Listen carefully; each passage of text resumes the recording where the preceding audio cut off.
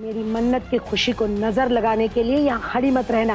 दादी अम्मी। खामोश, एक और लफ्ज नहीं। अम्मी, ये क्या कर रही हैं आप?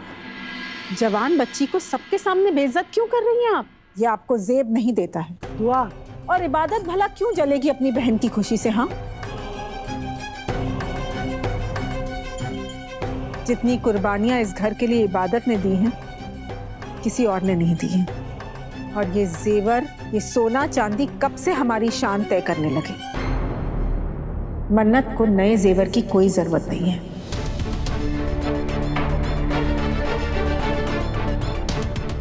लेकिन क्यों अम्मी? क्योंकि हमारे पास पहले से ही बहुत जेवर है। अगर तुम्हें खरीदने भी हैं तो इतने सारे जेवर लेने का तो कोई तुक नहीं बनता। अगर तुम्हें इतने जेवर चाहिए तो थोड़ा इंतजार कर लो ना। अख्तर खानदान के पास जो कुछ भी है वो सब तुम्हारा, इबू का, अरमान का, निगार का, सुभान का, सूफी का ही तो है। तुम सब में बच जाएगा ना। मैं जानती हूँ यहाँ जितनी भी ज्वेलरी तुम पसंद कर रही हो उसे तुम एक बार भी नहीं पहनोगी, तो खरीदने का तो मतलब ही नहीं बनता ना। तुम्हें बस खरीदने का शौक है लेकिन पहनने का शौक नहीं है, इसलिए हम नई ज्वेलरी नहीं बनवाएंगे। ये क्या बोल रही हो दुआ? जेवर नहीं खरीदेंगे तो क्या ऐसे ही खाली हाथ रुखसत करोगी अपनी शहजादी को तुम? ऐसा कभी हो सकता है अम्मी? मेरी बेटी भला खाली हाथ क्यों जाएगी? मैंने और हैदर ने तिनका तिनका जोड़कर एक बेहतर रकम रखी थी अपने बच्चों के लिए। हैदर के जाने के बाद उस रकम में मैं इजाफा करती गई और मैं चाहती हूँ कि जेवर के बजाय उस रकम की एक एफडी बनाकर बच्चों को निकाह में दे दूं, ताकि सुभान और मन्नत जब उन्हें जरूरत पड़े उसे इस्तेमाल कर सकें। क्यों मन्नत, ये कैसा रहेगा?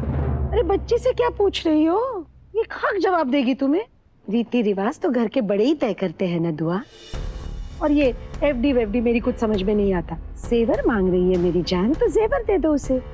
अल्लाह मियाँ का दिया हुआ सब कुछ तो है हमारे पास दुआ। दौलत है, शोहरत है, जेवर देने में आनाकानी क्यों कर रही हो? अम्मी, मैं जो दे रही हूँ वो जेवर से ज्यादा जरूरी है। मुस्तकबिल में जेवर नहीं, एफडी काम आएगी। क्यों मन्नू? जी अम्मी। दुआ, ये क्या बात हो गई? ना दिल रख रही हो उसका, ना मशवरा सुन रही हो। वैसे एक बात बताओ मुझे, ये ख्याल तुम्हारे जहन में ठूसा किसने? ये नेक ख्याल मेरे उसी ने जहन में डाला है जिसे थोड़ी देर पहले आप कोस रही थी।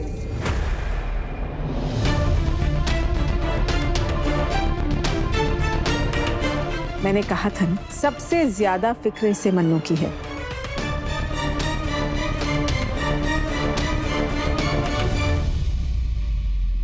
जौहरी साहब, मैं माफी चाहती हूँ, आपको तकलीफ दी। जब हमें नई ज्वेलरी बनवानी होगी हम आपको बुलवा लेंगे। जी बेगम साहिबा।